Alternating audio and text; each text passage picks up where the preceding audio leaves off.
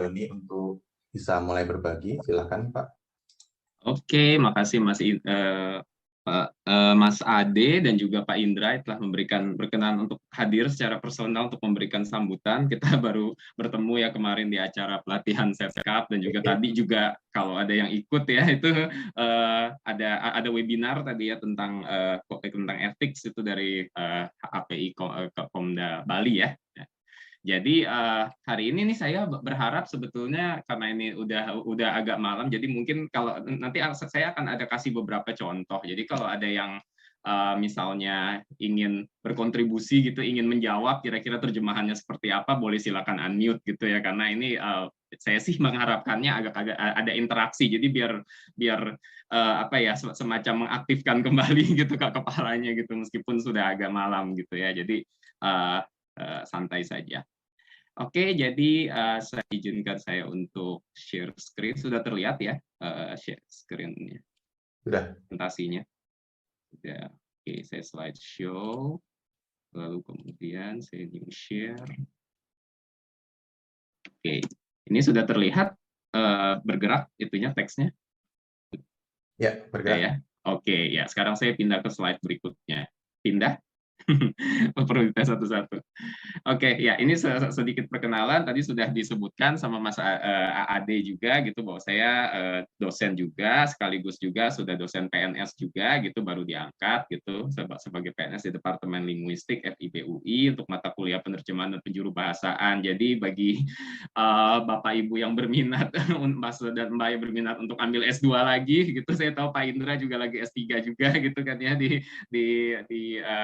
Fakultas Ilmu Pengetahuan Budaya UI gitu. Jadi siapa yang tertarik silahkan datang, nanti ketemu saya lagi dengan Mbak Harudi Liana Dewi akan jadi dosennya gitu ya. Kemudian saya juga penerjemah di LBI FIB UI, jadi saya udah lebih dari 10 tahun ya di sana ya. Kemudian juga jadi koordinator kursus-kursus penerjemahan. Jadi kalau misalkan sebenarnya bukan promosi, ini emang kerjaan saya gitu ya. Jadi apa ya, memang jadi pengajar juga gitu untuk kelas penerjemahan akademik, hukum, sastra. Jadi gimana nggak mental tuh ya dari sastra ke hukum, dua-duanya saya ngajar. Dan juga kelas-kelas umum juga, kemudian dan juga juru bahasa juga gitu. Di pengadilan juga pernah beberapa kali. Jadi macam-macam lah gitu kerjaannya ya. Jadi selama ini ya intinya pekerjaan terkait penerjemahan dan penjuru bahasaan ya. Gitu. Oke. Sekian sedikit perkenalan, kemudian kita lanjut ke jenis teks akademik. Saya yakin sudah pada tahu sebagian besar ya, pasti sudah akrab lah ya. Mungkin sebagian besar dari kita pasti sudah pernah membuat skripsi paling tidak ya, yang bahasa Inggrisnya by the way bukan scription, gitu ya. Tapi bahasa Inggrisnya kan undergraduate thesis gitu ya. Jadi suka masih ada aja gitu satu atau dua gitu yang scription atau prestation dan seterusnya gitu ya, which is not that gitu kan. Biasanya ya berasal dari bahasa Belanda, but it's actually it doesn't come from English. Oke, jadi ada artikel jurnal, ada makalah proceeding gitu, kemudian ada juga esai, kemudian ada, nah ini paling sering nih diterima sama LBI ya, abstrak. Ini dosen-dosen ingin biar naik pangkat gitu kan, biasanya kan ingin harus menerbitkan jurnal. Nah itu sebelum mereka menerbitkan jurnal biasanya abstraknya diterjemahkan dulu gitu kan ya. Jadi nah biasanya jadi itu udah lumrah lah kita menerima abstrak itu jadi hanya abstraknya saja tidak paper penuh gitu ya. Jadi kadang-kadang kita harus menduga-duga tuh isinya kira-kira bicara tentang apa. Yang namanya abstrak kan abstrak banget gitu ya. Kemudian monografi itu buku monograf, kemudian ensiklopedia. Nah, yang ini adalah tugas-tugas akhir ya, skripsi, tesis, disertasi, dan juga naskah akademis. Kemudian ada juga diktat kuliah ya, yang mana bahasa Inggrisnya juga bukan dictate, tapi ya itulah lecture materials ya. Kemudian materi kuliah, kemudian presentasi kuliah juga ada, pernah juga. Jadi misalnya ada dosen yang ingin presentasinya ingin diterjemahkan ke dalam bahasa Inggris misalnya untuk audiens internasional, itu juga termasuk juga teks ilmiah juga, tentu akademik ya. Kemudian ada juga tulisan ilmiah populer. Nah, jadi jangan salah bahwa akademik itu juga tidak hanya akademik serious academic text, tapi juga ada popular ones yang biasanya kita baca di artikel yang udah menjurus ke arah artikel fitur kadang-kadang gitu ya, yang biasanya suka ada di National Geographic majalah yang intisari dan seterusnya gitu ya. yang ada di koran dan seterusnya. Nah, itu biasanya ditujukan lebih untuk ke topiknya ilmiah, topiknya akademis, tetapi bahasanya disederhanakan karena yang konsumennya adalah masyarakat umum gitu ya. Jadi yang tidak paham bukan ahli di bidangnya gitu, tapi topiknya tentang sains gitu, tentang planet-planet, ditemukannya Sedna, ditemukannya Eris, itu Trans-Neptunian. Saya kebetulan tuh suka planet-planet, jadi saya suka baca yang seperti itu, Trans-Neptunian objects gitu ya, Pluto dan seterusnya gitu. Nah, itu contohnya ya. Kemudian ada juga dokumenter. Nah, ini ternyata takarir film dokumenter itu juga bisa termasuk jenis teks akademik juga, karena topiknya itu tentang seperti Discovery Channel gitu misalnya gitu ya. Jadi kalau kita lihat itu takarir, tapi sebetulnya seperti teks yang dibacakan. Jadi kalau kita lihat gitu ya, seperti itu. Jadi seperti narasi panjang, bukan percakapan gitu kan. Jadi itu juga bisa termasuk sebagai artikel teks akademik. Kemudian siaran pendidikan. Ini jenis-jenisnya. Nah, seperti apa sih idealnya seorang penerjemah teks akademik itu? Idealnya tentu saja ya ahli di bidang ilmu yang ditulis di dalam teks tersebut. Tetapi kenyataannya tidak mesti selalu demikian. Kenyataannya bahwa kami semua yang kerja di LBI atau kerja di agensi penerjemahan apapun pasti pernah dapat misalnya jurnal tentang antena, jurnal tentang chemistry, kesehatan masyarakat, tentang hipnoterapi dan seterusnya, yang bidang-bidang yang kita tidak paham. Bahkan saya pernah dapat drilling gitu ya. Jadi yang seperti itu. Jadi kenyataan tidak mesti selalu demikian. Yang penting adalah syaratnya penerjemah harus kreatif dalam mencari sumber dan cara yang tepat. So you don't have to know everything, but you have to know where to find the right information. Itu yang lebih penting. You know how to. Bukannya you know everything, but you know how to find the right information, the right place and the right source gitu ya, untuk mencari informasi baik konsepnya itu sendiri, ini tuh apa sih gitu ya, kemudian dan padanannya juga gitu ya. Nah, ini kita bisa memanfaatkan mesin pencari. Kita punya Google, kita punya teks paralel juga yang bisa didapat dari Google. Nanti teks paralel itu apa sih? Jadi teks lain yang membicarakan tentang hal yang setopik tapi dalam bahasa sasaran, sehingga kita bisa tahu, oh padanannya ini toh dalam bahasa itu gitu. Misalnya kita ingin menerjemahkan sebuah jurnal kedokteran dari bahasa Inggris ke dalam bahasa Indonesia, misalnya gitu. Kemudian, nah kita harus mencari jurnal lain dalam bahasa Indonesia yang kira-kira memuat istilah yang sama, sehingga kita bisa tiru gitu dari situ. Karena itu kan pasti kan sudah ditulis oleh para ahli, tentu saja sumbernya harus yang terpercaya, jangan artikel sembarangan, tapi jurnal ilmiah betulan gitu ya. Kemudian ada kamus teknis, kemudian tanya ahli, tanya pakar atau praktisi. Jadi kalau punya teman ya, misalnya kalau punya teman ahli hukum, punya teman engineer gitu ya, atau apa yang bisa ditanya, punya teman dokter bisa ditanya gitu ya. Ini tuh artinya apa sih gitu maksudnya gitu. Ini biasanya kalau di bidang kedokteran sebutnya pendarahan atau perdarahan sih gitu kan maksudnya gitu. Kalau saya mau menerjemahkannya ini benar atau salah gitu biasanya, atau cukup ini aja gitu misalnya, udah ya itu misalnya faringitis radang leher misalnya, ya udah faringitis aja misalnya gitu, nggak usah dimacem-macemin gitu kan, tidak usah di-Indonesiain nanti malah bingung gitu kan misalnya, seperti itu. Kemudian rajin membaca karya ilmiah dalam bahasa sumber dan bahasa sasaran sehingga akrab dengan laras ilmiah dalam kedua bahasa. Nah, ini penting sekali. Semakin banyak kita membaca sesuatu kan kita terpapar ya, kita nular gaya bahasanya. Gitu ya. Kalau saya sebagai dosen memang mau tidak mau harus membaca karya ilmiah gitu. Jadi sehingga setiap hari dealing with academic text. Jadi mau nggak mau tertular lah gitu gaya bahasa, gaya mereka menulis gitu, penulis jurnal, sehingga ketika saya menerjemahkan pun saya seolah-olah seperti menulis ulang jurnal itu dalam laras ilmiah dalam bahasa Inggris misalnya gitu, karena saya sudah banyak baca dalam bahasa Inggris jurnalnya, misalnya seperti itu. Kemudian nah ini juga penting juga, pernah menulis karya ilmiah dalam bahasa sumber dan bahasa sasaran sehingga memiliki logika ilmiah yang baik. Kalau kita ingin menerjemahkan teks akademik, logikanya harus bagus ya. Jadi jangan nanti sampai kalau kalimatnya agak tidak logis, kemudian kita hantam aja gitu, nggak peduli gitu kan, toh penulis yang salah ya jangan begitu juga gitu, karena kadang nanti akan ada contoh-contoh ketika itu tidak logis dan kita harus apa yang harus kita perbuat. Kemudian kita juga harus menguasai tata bahasa sumber dan bahasa sasaran beserta dengan format teks ilmiah dalam bahasa yang bersangkutan. Unsur kalimatnya ada apa saja, ejaannya seperti apa, tanda baca dan lain itu harus sempurna. Karena kadang-kadang kasihan kalau klien kita jurnalnya ditolak hanya karena bahasa yang berantakan. Nanti kita disumpahin orang gitu, bukannya tersumpah penerjemah tapi malah disumpahin gitu ya, karena jurnalnya jadi nggak terbit gara-gara kita ya daftar referensi ya misalnya gitu lupa diterjemahin, misalnya ini apa ya judul jurnal apa yang dikutip ada tulis dalam tapi kita lupa terjemahin jadi in gitu, karena kita pikir tugas kita hanya menerjemahkan body text-nya aja, ternyata daftar referensinya juga ada yang harus diterjemahkan dalam bahasa Inggris, misalnya dalam jadi in, kemudian diakses pada tanggal accessed on gitu, kayak gitu kan juga ada gitu, jadi jangan kita abaikan itu harus masuk juga dalam bagian kita, kecuali kalau diminta sama klien nggak usah gitu, tapi kita harus itu secara umum itu jadi tanggung jawab kita juga. Oke, kemudian, nah istilah ilmiah itu ada 3 hal ya. Pertama jargon, mengandung jargon. Jadi jargon itu adalah istilah yang cuma diketahui oleh dia aja gitu, hanya diketahui oleh segelintir ahli. Misalnya ada hemorrhage, itu perdarahan ternyata karena dari kata berdarah katanya gitu. Jadi perdarahan bukan pendarahan, bukan mendarah kan gitu kan, katanya seperti itu.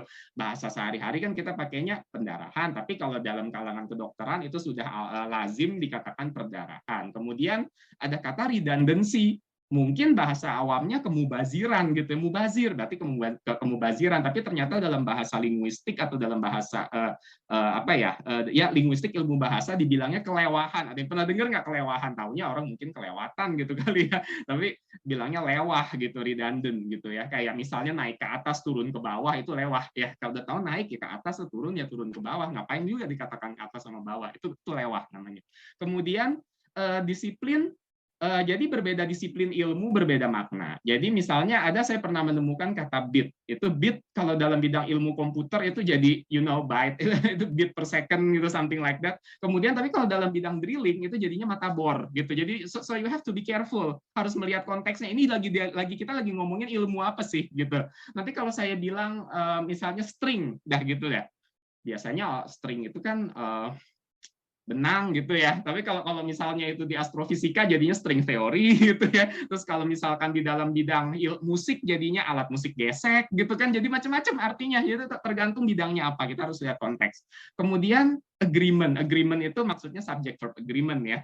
Itu kalau dalam bidang hukum itu tentu saja perjanjian. Tapi kalau dalam bidang linguistik ternyata agreement itu kongruensi. Apa sih agreement itu?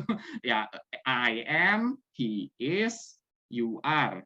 You dengan R agree gitu, you agree dengan R, I agree dengan M, kemudian he agree dengan S. Itu seperti itu namanya kongruensi. Itu adanya di bahasa-bahasa Indo-European ya, seperti itu. Bahasa Indonesia tidak ada. Oke, kemudian idiosinkrasi, yaitu jadi itu berbeda dari makna sehari-hari. Misalnya kata pengasingan deh, kita semua penerjemah pasti kalau yang latar belakangnya pernah belajar tentang teori penerjemahan pasti tahu yang namanya pengasingan dan domestikasi ya, domestication and foreignization. Nah, masalahnya ketika diterjemahkan balik ke dalam bahasa Inggris, you don't know what it is, kemudian diterjemahkan exile, gitu ya, diasingkan ke Atambua, diasingkan ke Pulau Buru, seperti itu, go into exile gitu kan, send into exile, ya itu isolation kadang-kadang gitu. Ternyata sebetulnya itu foreignization karena ternyata adanya di jurnal ilmu kajian penerjemahan. Nah itu kan harus hati-hati. Kemudian security bisa keamanan, maksudnya security officer, security guard gitu kan. Ternyata juga bisa sekuritas atau surat berharga kalau itu misalnya dalam bidang ya keuangan atau hukum gitu ya. Gitu. Security dan kadang juga bisa agunan juga gitu ya Pak. Macam-macam juga artinya. Jadi itu sangat berbeda dari makna sehari-hari gitu. Itu yang harus kita hati-hati. Jadi kita harus tune in gitu. Kita harus punya insting. Ini kayaknya kok bukan maknanya sehari-hari nih gitu. Jadi kita harus punya insting, jangan sampai terjebak kita pikir itu makna sehari-hari ternyata itu maknanya teknis. Itulah seperti itu kira-kira. Kemudian ada 4 cara penerjemahan jargon. Pilihan pertama, kalau sampai ketemu jargon atau ketemu term, ya technical term, ya itu pilihan pertama adalah cari padanan resminya apa. Misalnya, upper respiratory tract infection, ISPA ya. Ya, terjemahannya infeksi saluran pernapasan atas. Quite straightforward, right? Nah, kita mulai masuk ke sini, interest rate swaps, swap suku bunga ya. Ya, ini juga saya pernah dapat teks ini di swap suku bunga, gitu, suku bunga apa dan apa, kemudian saling ditukar dengan bank gitu. Teman saya pernah jelasin, teman saya yang di bidang akunting, saya pernah jelasin, tapi saya lupa sekarang udah maknanya apa swap itu.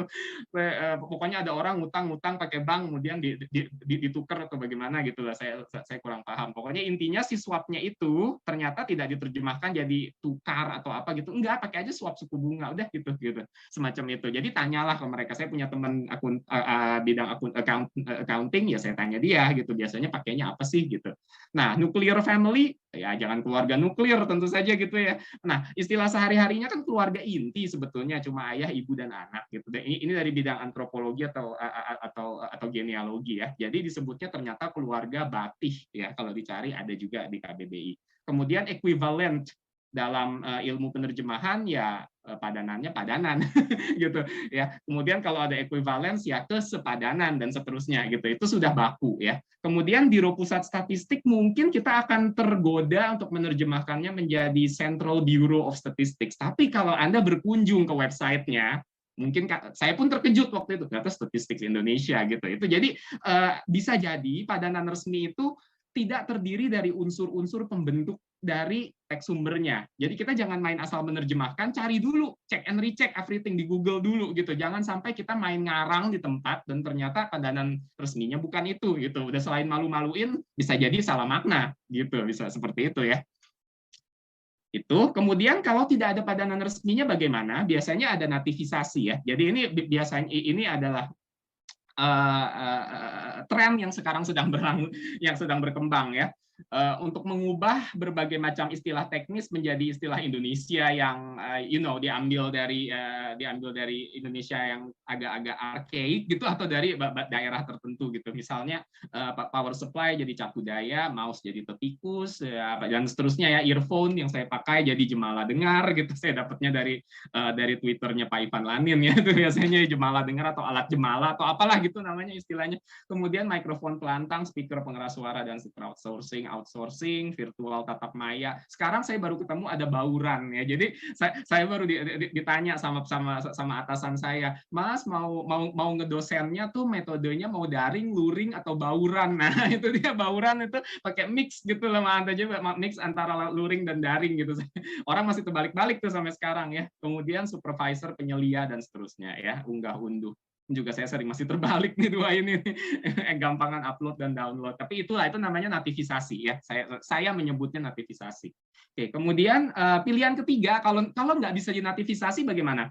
Dinaturalisasi ya, atau dengan menggunakan penerjemahan fonologis, misalnya transference gampang, transferensi, cantilever ya cantilever, maxillofacial maxillofacial, deoksiribonukleik, ini DNA ya, deoksiribonucleic acid ya. Kemudian algorithm jadinya algoritme dan seterusnya gitu ya. Cari di panduan panduan pembentukan istilah ya bahasa Indonesia yang seperti ini gitu.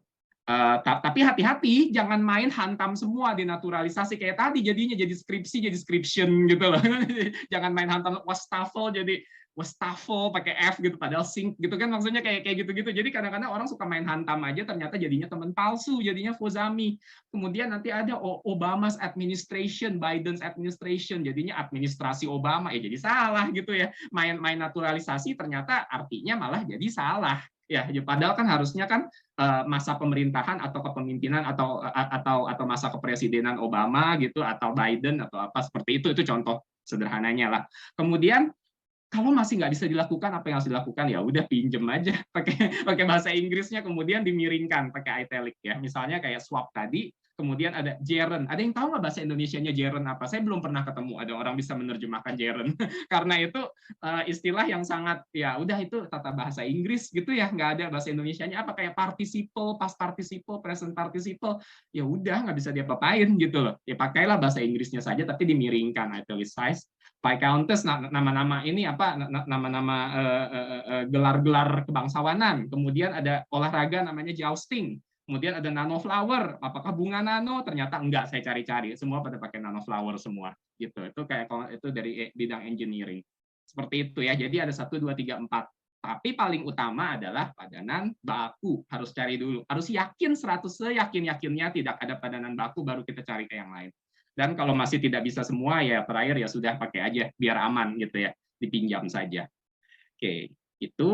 Kemudian akurasi dari jargon. Jargon terjemahan harus diterjemahkan balik secara akurat, terutama ke dalam bahasa Inggris, dan tidak boleh salah. You cannot afford to be wrong. Kalau Anda menerjemahkan balik sebuah terjemahan ke dalam bahasa Inggris, seperti yang tadi saya bilang, pengasingan. Nanti ada yang diterjemahkan Excel atau apa, tidak bisa karena itu sudah ada teorisnya, yaitu Lawrence Venuti yang bilang itu foreignization and domestication. There is no other possible equivalent gitu, karena itu sudah ada yang meneorikan gitu masalahnya. Jadi so you have to search for the author gitu. Tidak ada, misalnya deh, ini contoh ekstrim, ada teori speaking oleh Dale Hymes. Jadi kalau yang latar belakang linguistik pasti tahu ini dari sosiolinguistik. Speaking itu adalah seperti apa ya namanya ya, jembatan keledai gitu ya, mnemonic device. Jadi itu singkatannya dari apa, setting, participant, nah ini kalau dalam bahasa Indonesia, kalau jurnal-jurnal dalam bahasa Indonesia itu biasanya diterjemahkan jadi latar, terus goal, G ini jadi tujuan, kemudian nada itu note itu nada itu key itu diterjemahkannya jadi nada, kemudian I ya ini I ini instrumentalities diterjemahkannya jadi sarana, kemudian genre G itu diterjemahkannya menjadi jenis gitu ya. Nah, ini tidak boleh salah ya, karena ini kan sudah ada speakingnya, jadi kita nggak boleh misalnya latar jadi background gitu misalnya, kemudian tujuan jadi goal, kemudian nada jadi tone, sarana jadi facility, jenis jadi type, nggak boleh itu. Jadi kita harus cari teori aslinya dari buku Dale Hymes gitu. You cannot afford to be wrong karena memang speaking sudah teorinya gitu misalnya contohnya. Jadi gitu, jadi bahaya sekali kalau kita menerjemahkan ke bahasa Inggris. Kalau ke bahasa Indonesia itu bisa less dangerous. Why? Karena kadang-kadang padanannya itu tidak terlalu mapan. Ahli A bilang B, ahli A bilang A, ahli B bilang B, ahli C bilang C. Kadang-kadang bisa ada 3 dan tiga-tiganya tuh kayaknya equally valid gitu. Ya udah tinggal pilih aja mana yang kira-kira frekuensinya di Google yang paling tinggi. Tapi kalau ke bahasa Inggris, nah ini lebih bahaya gitu. Karena because you cannot afford to be wrong. Bahkan foreignization-nya Z sama S-nya aja tidak boleh terbalik gitu, karena ya teorinya udah ada di buku itu, udah tercetak hitam di atas putih gitu, nggak boleh lain. Seperti itu ya kira-kira ya. Kemudian, nah ada pilihan kata ilmiah, jadi bahasanya harus keren, sophisticated ya, seperti bahasa hukum gitu ya. Misalnya it's quite important, jangan pakai quite lah, kurang keren, pakailah relatively important, somewhat important dan seterusnya. Kemudian jangan pakai use deh, pakailah utilize, apply this method, jangan use gitu kan, misalnya seperti itu. Kemudian buy, jangan pakai buy tapi pakailah purchase. Kemudian kalau misalnya ketularan penyakit, jangan catch illness tapi contract a disease gitu misalnya. Terus kemudian jangan get data atau get info tapi acquire, obtain, gather, banyak loh gitu loh pilihan katanya. Jadi ini pilihan kata ilmiah ya, dan seterusnya dan seterusnya dan seterusnya. Ini one after another. Wah, nggak keren, kayak bahasa anak-anak, pakailah consecutively, rapidly and considerably, exponentially gitu, seperti itu ya. Kemudian at the same time apa? Simultaneously gitu. Ini saya kayak penjuru bahasaan ya, konsekutif dan simultan ya. Jadi ya gitulah. Jadi ada bahasa kerennya. Again and again, repeatedly, repetitiously, kemudian many times ya, frequently gitu loh. Kemudian make it easy to do something, to facilitate something, pakai ing ya, facilitate learning, facilitate reading, facilitate apa. Nah, ini diksi atau pilihan kata yang ilmiah gitu ya, sehingga kenapa biar kesannya gitu, biar kesannya jurnal itu atau karya ilmiah itu sounds apa ya, sounds academic, sounds scholarly gitu ya. Kemudian, nah ini saya sedikit ada ini deh. Kalau ada yang tertarik untuk menjawab silakan. Venuti menyatakan bahwa ideologi pelokalan membungkam suara penulis asli. Kata menyatakannya itu pakai tense apa ya kalau kita menerjemahkan ke bahasa Inggris ya? Ini ada di Venuti buku. Ini contoh aja nih. Ini saya ngarang-ngarang aja ya. Tapi kira-kira pakai tense apa nih? Ada nih di chat ya. Simple past tense, semua past tense. What do you think? Present tense atau past tense nih? Nah, present ya Pak Lam. Nah, ini nih sebetulnya simple present karena dianggapnya Venuti itu buku. Ya, dianggapnya itu buku. So you do not actually refer to the person. You actually refer to the book. Ya. to the book. Jadi pada tahun itu gitu sets atau states atau proposes atau something like that gitu. Jadi itu so you actually refer to the book. And then next 30 orang responden diikut sertakan dalam penelitian ini. Nah, ini pakai kata apa kira-kira? Diikut sertakannya.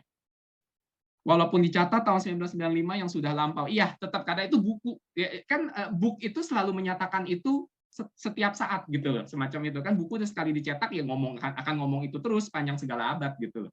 Nah, participated, were included, diikut sertakan dalam penelitian ini. Were included ya bisa atau participated ya, participated in this research. Ya. Yang jelas harus past tense karena ini kan lagi menceritakan proses penelitian yang sudah berlangsung. Jadi pokoknya kalau lagi cerita nih ya, penelitiannya akan sudah berlangsung seperti apa, semua pakai past tense, jangan ragu gitu ya kalau yang seperti itu. Kalau menuju ke book dan menggunakan kata-kata tadi, bukannya dari sisi semantik jatuhnya ke kategori nonsense ya. Well, kalau if you consider that as a book, it is not really a nonsense sih gitu. Karena gimana ya? Kalau kita lagi membicarakan orangnya, misalnya seorang peneliti menemukan sesuatu, nah itu baru itu dia mempergunakan past tense, found misalnya. Kelompok peneliti telah menemukan bahwa, nah itu past tense karena tidak mengacu ke bukunya tapi orangnya gitu. Seperti itu ya, termasuk ya. Oke, kemudian next, kami mengamati bahwa 90% responden menunjukkan kecemasan saat ujian. Kami mengamati. Nah, what do you think about mengamati dan menunjukkan? Nah iya Mbak Siti betul tuh. Kalau penulis menyetujui apa yang dikatakan oleh penulis boleh pakai present simple. Tapi gini memang ada semacam ini ya. Kalau misalkan kita mengira bahwa apa yang dikatakan itu udah ketinggalan zaman, ya pernyataan itu udah ketinggalan zaman. Misalnya siapa ya dulu yang menyatakan ya, people in the past said that the earth was flat. Ya, bahwa bumi itu datar. Itu kan udah teori yang sudah ketinggalan zaman. Nah, so you can use past tense in that sense. Misalnya sekalipun itu merujuk ke sebuah buku. Itu menunjukkan sikap kita sebagai peneliti yang sudah tidak mau mengikuti itu lagi karena itu sudah diribat sama peneliti berikutnya. Itu memang itu ada kasus khusus ketika itu terjadi. Ada observed, ya betul. Observe-nya udah pasti ya. Kami mengamati 90% menunjukkannya kapan itu ya, menunjukkan kecemasannya. Nah, betul nih, Mas Yogi ya, observed and showed, dua-duanya harus past tense kalau dalam kasus ini ya. Sekarang bagaimana dengan yang ini? Brown 2000 menemukan bahwa media sosial adalah sarana belajar yang efektif. Menemukannya apa? Adalahnya apa? Observed, found out ya, found out bahwa media, found is, yes, Mas Yogi, Mas Albert, betul ya. Nah, ya, Mbak Fani juga betul, found is, ya betul. Nah ini kalau yang tadi dua-duanya past tense, yang ini mix ya, yang ini past tense menemukannya di masa lalu gitu ya, menemukan. Tapi ini kutipannya dari 2000 karena ini sekarang mengacu ke orang kali ini ya, menemukan bahwa media sosial adalah, nah ini kan sepanjang segala masa akan dianggap betul gitu ya, adalah ada sarana belajar yang efektif dan itu memang dimasukkan sebagai bagian dari tinjauan pustakanya. Berarti kita percaya itu si penulisnya gitu ya. Is adalah is an effective medium of learning. Oke, kemudian lanjut. Tabel 1 menunjukkan terjadinya penurunan harga sebesar 10%. Ya. Shows, oke. Tidak ada pilihan lain. shows ya menunjuk terjadi. Jadi kalau sebuah tabel itu tidak walaupun dia lagi di tengah-tengah cerita ya, lagi tengah-tengah cerita sebuah penelitian, tapi tiba-tiba ada tabel, nah itu akan selalu menunjukkan atau indicates boleh, illustrates boleh, nggak masalah ya. Doesn't matter. Alright, ya, indicates, demonstrates. Nah, kalau mau pakai demonstrates, Mbak Siti, table 1 demonstrates that. Nah, ada kemudian harus diikuti oleh klausa ya. Jadi sudah bukan frase lagi. Tapi kalau mau pakai shows, ya itu shows an increase of 10% gitu kan ya, in prices. Seperti itu kira-kira ya. Kalau misalnya mau diganti ini. Ini. Nah, kalau pakai show masih bisa pakai frase, tapi kalau pakai demonstrate harus diubah jadi klausa gitu kira-kira ya. Oke, ya gitulah kira-kira kalah. Kemudian sekarang saya beralih ke kutipan langsung dan kuesioner ya. Nah, what's its deal? Kutipan langsung. Jadi kalau kita menemukan kutipan langsung hasil penerjemahan dari bahasa lain, tidak boleh di back translate. Penerjemah harus mencari teks aslinya dan mengutip sama persis. Biasanya suka ada Google Books gitu ya. Jadi kita harus cari ke karya aslinya. Jadi misalnya nih, penulis Indonesia menulis dalam bahasa Indonesia, tapi dia mengutip buku dari bahasa Inggris yang ditulis dalam bahasa Inggris, tapi dia terjemahkan ke dalam bahasa Indonesia. Nah, ini bahasa Indonesianya kita jangan terjemahin back translate on the spot. You have to find the real kutipan bukunya. Cari deh di perpustakaan atau cari di Google, kayaknya sekarang apapun juga ada. So you can so it's easy. Tapi yang jelas adalah jangan ditranslate. Kalau dia kutipan langsung ya, kalau dia kutipan tidak langsung, it doesn't matter you back translate. Tapi kalau dia mempergunakan kutip ganda, ya, you cannot afford to be wrong ya, itu karena itu kutipan langsung gitu. Jadi salah satu kata saja ya sudah tidak bisa dibilang kutipan langsung lagi gitu, semacam itu. Nah, ini pengalaman saya ketika menerjemahkan kuesioner itu, ini biasanya teman-teman dari dari bidang kedokteran atau bidang kesehatan itu suka yang namanya uji validitas kuesioner yang diterjemahkan. Terjemahan kuesioner biasanya diterjemahkan ulang ke dalam bahasa aslinya. Tujuannya adalah untuk menguji validitas hasil terjemahan, hasil penerjemahannya. Ya. Nah, kadang-kadang kan kita pikir wah kayaknya ini hasil terjemahan nih gitu kan, kita cari aja kuesioner aslinya di Google, kita tinggal copy, ya nggak ada gunanya. Dia bilang jangan, itu kita jadi agak jahat gitu. Padahal kan tujuan mereka untuk memberikan tugas itu ke kita adalah biar kita menerjemahkan balik, biar nanti ketahuan kalau misalnya terjemahan Indonesianya itu salah atau tidak. Ini harus di back translate. Ya, tidak boleh kita cari teks aslinya. Ini makanya dua ini terbalik nih. Kalau kutipan langsung kita tidak boleh memback translate, tapi kalau yang ini kita malah harus back translate, kalau nggak kita mengkhianati tujuannya.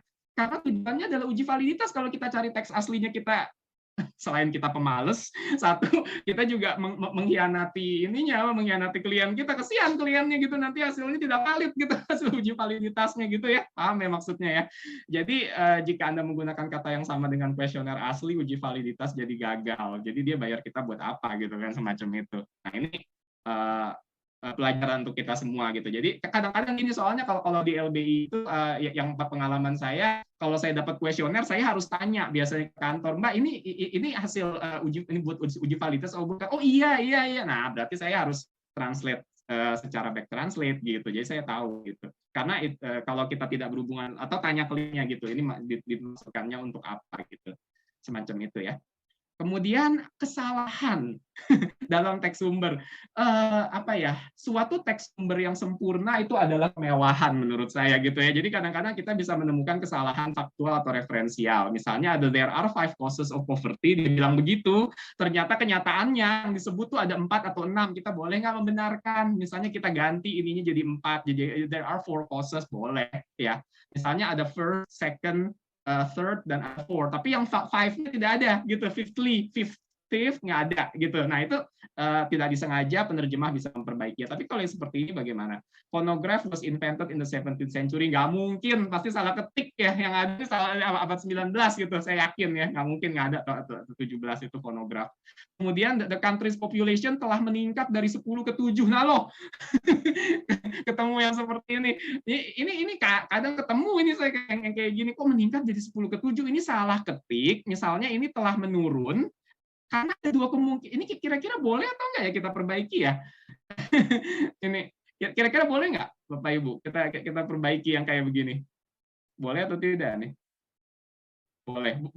Well, ya. Kalau saya biasanya konfirmasi dulu ke penulis artikel, ya betul. Tanya dulu ke penulis, tanya dulu ke klien.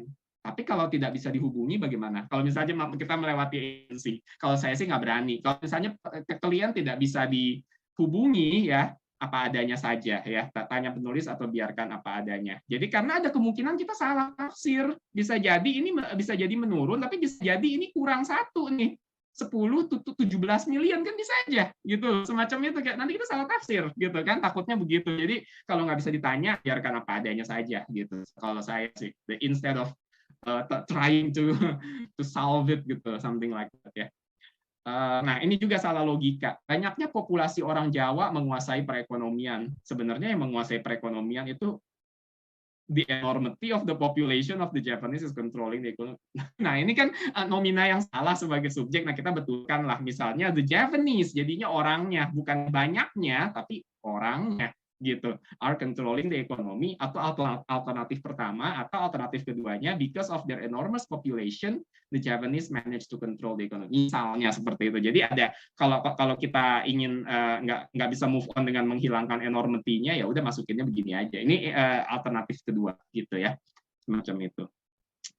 Kemudian contoh apa nih ya? Contoh. Nah, penelitian ini bertujuan untuk memastikan, ini masih ada cukup waktu tidak. Nah, ini aja deh satu deh.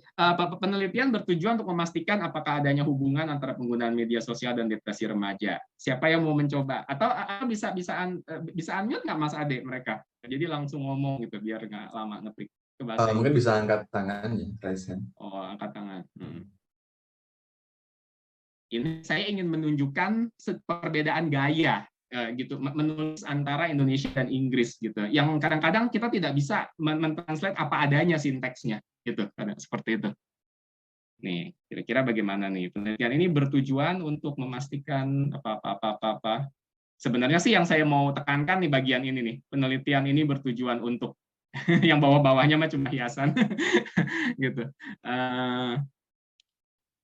Biarkan saja. Oke, this research strives to establish. Oke, ini sinteksnya masih sama ya. Oke, strives to establish. Mbak Siti, ya silakan. Bisa unmute nggak? Ya, silakan. Kira-kira bagaimana? Oke, ya. Coba ya Pak. Ya, silakan. Ya, this study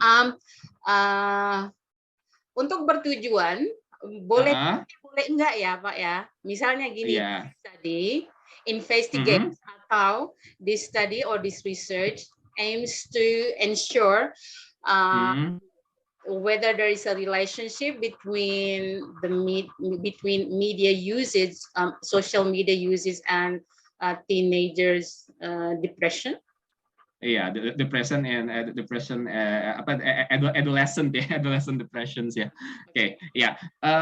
Tapi memang biasanya sih kalau dari yang saya sering lihat, kalau yang seperti ini tujuan-tujuan ini biasanya tuh dijadikan subjek. So the aim of this study is to, atau the goal atau the purpose. Ini dia Mbak Stella ya. Atau Mbak Benedikta, the objective of the research is to. Jadi bisa pakai objektif, bisa pakai goal, bisa pakai aim, bisa pakai apa lagi? Ada 4 kalau tidak salah, objektif, goal, aim, dan purpose. Ya, the purpose of, ya Mbak Siti lagi. Masih angkat tangan yang tadi ya. Oke. Ya, tapi tadi boleh juga pakai aims to gitu, tapi lebih seringnya itu ini suka diganti jadi the aim of the study is to gitu, atau the purpose of the study is to gitu, dan seterusnya gitu. Mungkin kalau dilihat dari conciseness ya Pak ya.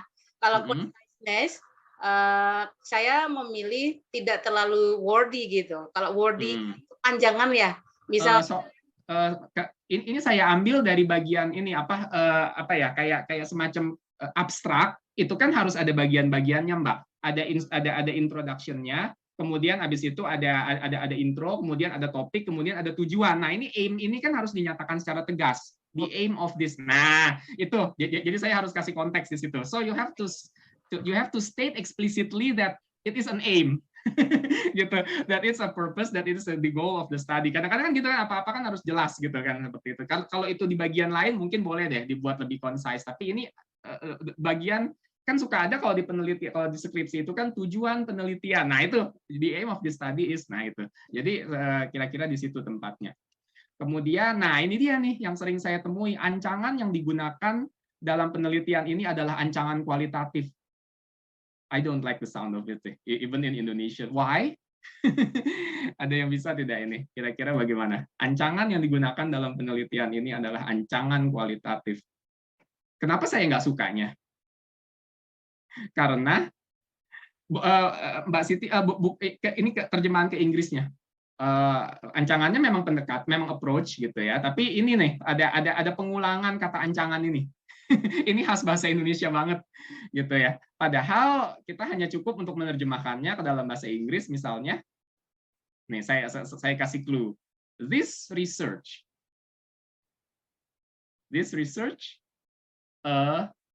nah, saya kasih clue-nya. This research applies. Iya, applied ya, applied. The approach of this research was kalau Mas Yusuf ini agak kurang ini karena kualitatif itu apa ya? Itu kan kata sifat jadinya ya. Padahal ini kan nama ancangan. Jadi yang lebih tepat nih memang yang dari Mbak Zikra ya. This research applied the qualitative methods. Sorry. Ya, atau this research applied the apa strategi gitu dan seterusnya. Atau misalnya gini apa ya, ideologi dari penerjemahan ini adalah ideologi pengasingan. Nah, misalnya gitu. The translator applied the foreignization ideology, misalnya gitu. Jadi intinya untuk menghindari pengulangan ancangan-ancangan ini seperti ini. Oke. Kita lanjut aja dulu. Kita ke Indonesia sekarang ya. Nah, ini nih. It is entirely wrong to assume that only the author plays a part in the research. Nah, ada yang mau coba tidak? Ini very notorious ya, yang seperti ini. It is entirely wrong. Adalah salah bagi biasanya kan gitu, kita kan jadi tergoda untuk menerjemahkan itu as it is gitu loh ya. Ini adalah begitu, whereas it's kayaknya ketara banget dari Inggrisnya gitu kadang-kadang gitu, seperti itu ya, translationistnya kelihatan. Ini bagaimana? Ini ada satu cure sih ini yang cukup efektif untuk ngobatin yang seperti ini di Indonesianya, yaitu dengan mengganti subjeknya. Jadi apa kira-kira? Kalau konteksnya seperti ini, that only the author plays a part in the research. Siapa sih yang assume, pertanyaan saya? Yang mengassume itu siapa? Are there any special particular people gitu kan? Nah, kira-kira pakai apa nih? Ada 7 ya.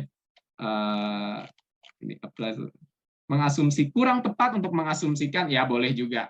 Tapi ada Mas Teguh boleh juga kurang tepat untuk mengasumsikan bahwa hanya penulis saya berkontribusi. Tapi kalau ini pilihan ya. Tapi kalau saya biasanya menambahkan kita gitu ya. Kita tidak boleh berasumsi, biasanya gitu, seperti itu. Jadi ditambahkan subjeknya, kita itu siapa ya, anyone gitu, all of the readers. Kita tidak boleh berasumsi bahwa hanya dan seterusnya gitu ya. Kemudian, nah ini nih yang terakhir deh, researchers should remember that ethics is not optional. Harus mengingat bahwa etika tidak opsional. Apakah begitu? Peneliti harus ingat bahwa etika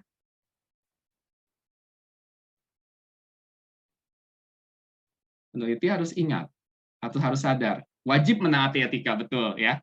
Atau peneliti harus ingat bahwa etika itu adalah keniscayaan atau hal yang wajib untuk diterapkan gitu ya, misalnya kira gitu. Tapi Mas Albert ini benar ya, peneliti wajib menaati etika. Jadi not optional diganti menjadi wajib gitu kan, seperti itu. Nah, ini ada parafrase di situ. Ada modulasi dari negatif menjadi positif. So this is what we can do ya.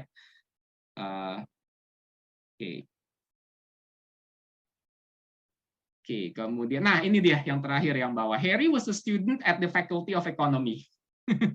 Harry was a student at the Faculty of Economy. Misalnya, ini saya permudah aja nih. Kira-kira bagaimana? Ada yang ingin unmute biar Harry pernah mengenyam pendidikan di FE, betul. Atau Harry adalah alumni, Mas Yogi, keren ya. Harry adalah alumni Fakultas Ekonomi. Jadi bukan seorang mahasiswa, kalau masih mahasiswa, tiba-tiba masih mahasiswa, tapi masih ada was-nya, jadi kita bilang alumni, gitu ya. Alumni Fakultas Ekonomi, atau alumnus ya. Atau lulusan, boleh, nggak masalah ya. Mbak Stella adalah lulusan Fakultas Ekonomi Universitas Indonesia. Ini juga bagian dari profil penulis ya. Nah, kira-kira seperti itulah. Jadi, take away-nya dari sini adalah bahwa bukan berarti penerjemahan ketika kita menerjemahkan teks akademik itu kita harus sekaku-kakunya gitu, enggak. Seperti kita lihat banyak perubahan gitu yang bisa dilakukan demi untuk membuat itu terdengar lebih concise atau lebih sesuai dengan gaya bahasa Inggris gitu kira, atau bahasa asing atau bahasa sasarannya gitu ya. Oke, nah ini kita masih ada waktu, Mas Ade?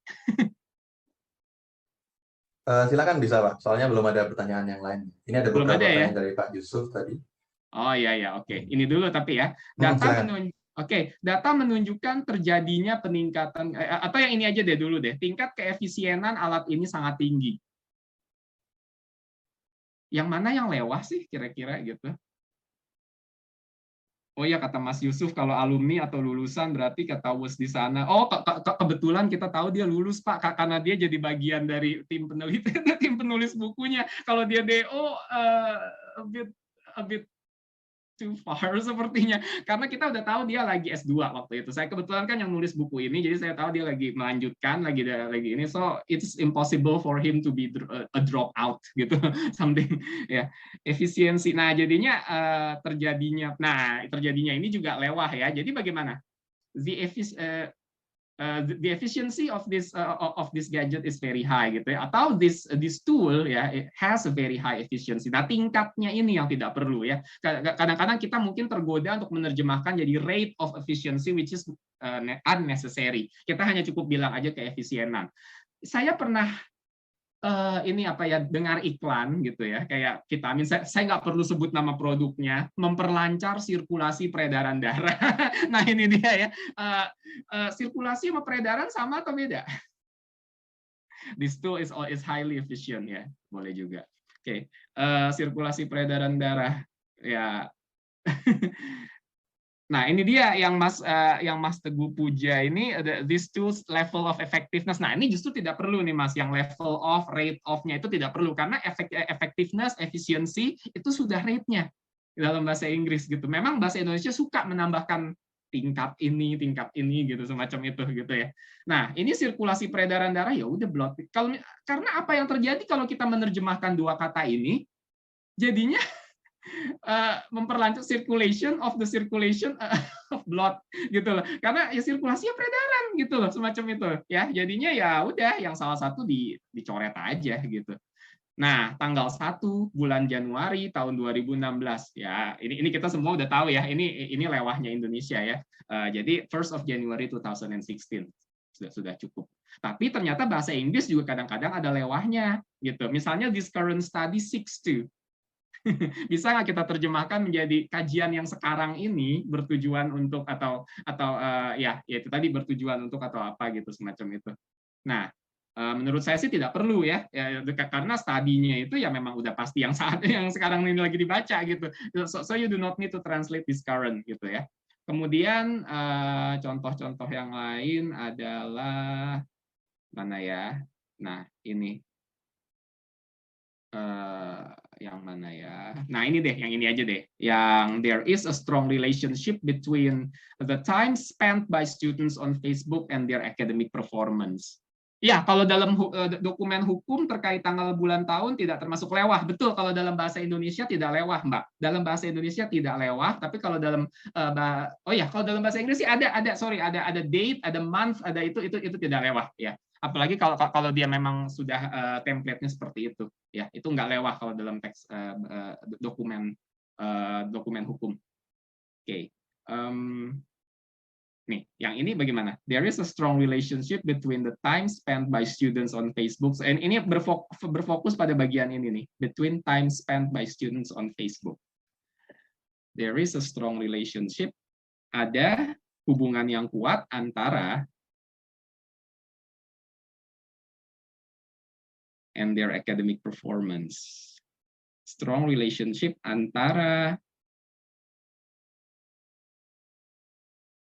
Nah, kalau saya sih ini ya, ada yang punya gagasan, ini kira-kira ini bisa disederhanakan seperti apa nih bagian ini nih, time spent by students, antara waktu yang dihabiskan oleh students bermain, kan jadi panjang itu loh, maksud saya seperti itu ya. Jadi kalau saya sih sarannya antara durasi penggunaan Facebook oleh mahasiswa gitu. Jadi sehingga seperti itu kan, time spend itu kan periode gitu atau lamanya waktu gitu. Jadi instead of making this in like this gitu loh, you can make it a bit more concise gitu. Karena Indonesia jadi panjang antara waktu yang dihabiskan oleh mahasiswa untuk bermain Facebook misalnya gitu. Jadi so you can make it a bit more concise. Seperti itu. Oke, mungkin time span between the time span ya. Okay, the students time spent on ini sih saya berfokus ke penerjemahan ke Indonesianya gitu jadinya ya. Students time spent. Kalau Inggrisnya sih nggak masalah. Nah, ini yang jadi permasalahan adalah ketika kita menerjemahkan ke Indonesianya itu. Jadi sehingga tadi saya bilang mempergunakan durasi antara durasi yang antara durasi penggunaan gitu ya, antara durasi penggunaan Facebook oleh mahasiswa dan prestasi gitu ya, prestasi akademik mereka kira-kira seperti itu, atau kinerja akademik mereka. Nah, kira-kira seperti itu. Nah, ini terakhir. Ini yang ya saya ingin membicarakan soal teks paralel. Misalnya Bapak Ibu diminta untuk menerjemahkan jurnal ini. Bahasa udah ngeri. Ini juga lihat judulnya aja. Post exposure prophylaxis with hydroxychloroquine for the prevention of COVID-19. Tolong berfokus pada istilah ini ya. Mana nih kok diklik nggak bisa. Nah, ini dia. Post exposure. Kira-kira yang ada di benak Bapak Ibu kalau ngelihat begini aja akan diterjemahkan menjadi apa? Post exposure. Kira-kira coba saya lihat. Silakan di chat. Post exposure atau mau sekalian profilaksisnya juga nggak masalah, tapi ini gampang. Udah bisa ditebak ya kalau yang ininya. Hidroksikloroquine ini juga mesti agak dicariin. Satu-satu harus dicari, dicari ya. Pasca sembuh. Exposure Mas Albert dia bukan recovery, bukan post recovery, tapi dia post exposure. Ya, pasca terpapar, pasca pemaparan, pasca paparan. Oke, banyak nih pasca paparan, nyaris almost ya, pasca kontaminasi setelah terinfeksi. Oke, kita lihat. Nah, tidak perlu kita semacam berspekulasi. Nah, kita buktikan lewat teks paralel. Carinya di Google. Misalnya seperti ini. Kita pancing. Kalau saya biasanya mancing. Caranya misalnya kata post exposure, karena biasanya kan kalau misalnya jadi kita cari di jurnal yang ditulis orang Indonesia dalam bahasa Indonesia tentang topik yang sejenis gitu. Jadi kita biasanya kan karena mereka jurnal kan punya abstrak bahasa Inggris ya. Jadi saya pakai kata post exposure-nya, saya pakai, kemudian pasca. Nah, tadi insting pertama saya mengatakan pasca paparan. Saya tulislah pasca paparan. Profilaksis, COVID, jurnal. Nah, saya cari seperti ini. Ternyata ada nih, ya jurnal penyakit dalam UI Aceh. Kelihatannya inilah ya, reliable gitu, reputable jurnal gitu ya. Jangan yang abal-abal ya carinya ya, tapi yang kelihatannya reputable gitu. Sinta berapa kayak Sinta 1, Sinta 2 gitu ya, atau Ki berapa gitu ya. Nah, ini di sini kata kuncinya. Jadi kita harus pintar-pintar mencari kata kunci, atau kalau misalnya kurang berhasil, cobalah gitu bongkar pasang sendiri kata kuncinya bagaimana. Kemudian, nah ini hasilnya dicari coronavirus disease ini kan. Nah, apa Bapak Ibu ternyata pascanya? Lihat pasca pajanan. Kaget nggak? Apa sih pajanan? Saya juga nggak tahu. It blew my mind gitu loh ternyata. Terus saya tanya dokter, emang pajanan sih? Ya udah gitu. Kaget nggak? Ini namanya teks paralel ya.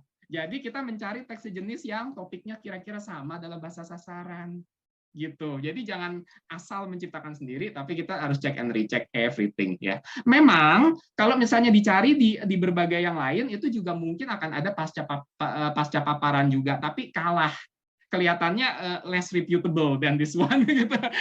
Kayaknya ininya resultnya nih jumlah resultnya tidak segitu banyak. Jadi akhirnya saya pilih pasca pajanan saja gitu, because it sounds more jargonistic.